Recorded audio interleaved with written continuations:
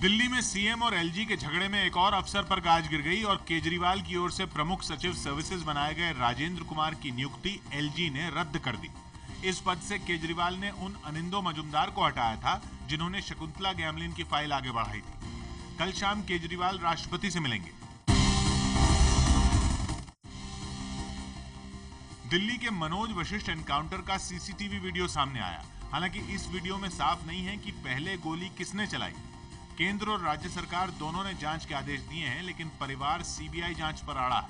उन्होंने बोल दिया है कि एसआईटी के ऑर्डर हो गए हैं। एसआईटी जो है is going to be supervised by an officer of the rank of joint commissioner. Rahul Gandhi ने अमेठी में मोदी सरकार पर निशाना साधते हुए कहा कि मोदी विदेश जाते हैं लेकिन किसानों के बीच नहीं जाते। एक साल पूरा होने पर नंबर देने के सवाल पर किसान हित के लिए राहुल ने मोदी सरकार को 0 और उद्योगपतियों का ध्यान रखने के लिए 10 में 10 नंबर दिए। अगर आप हिंदुस्तान के मजदूर से, किसान से, गरीब व्यक्ति से, आदिवासी से पूछोगे तो 0 नंबर मिलेगा। अगर आप चुने हुए उद्योगपतियों से पूछोगे तो 10 नंबर मिलेगा। दक्षिण कोरिया की कंपनियों का भारत में निवेश बढ़ाने पर पीएम मोदी का जोर रहा। कई कंपनियों के बड़े अधिकारियों से मिल रहे हैं। दक्षिण कोरिया भारत में स्मार्ट सिटी, रेलवे और बिजली क्षेत्र में $1000 करोड़ यानी 63,000 करोड़ रुपए की मदद देगा।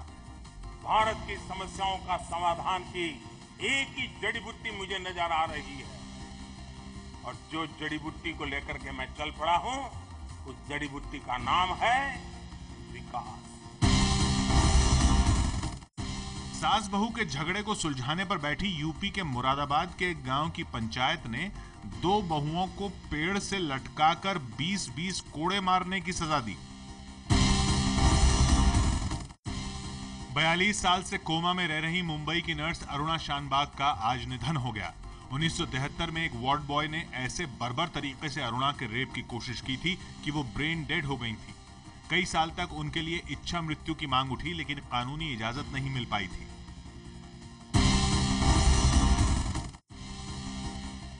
कोलकाता के मशहूर न्यू मार्केट में आज दोपहर भीषण आग लग गई, जिससे मछली, आलू और प्याज की दर्जनों थोक दुकानें राख हो गईं। दमकल की 20 गाड़ियों को आग बुझाने में 2 घंटे लग गए।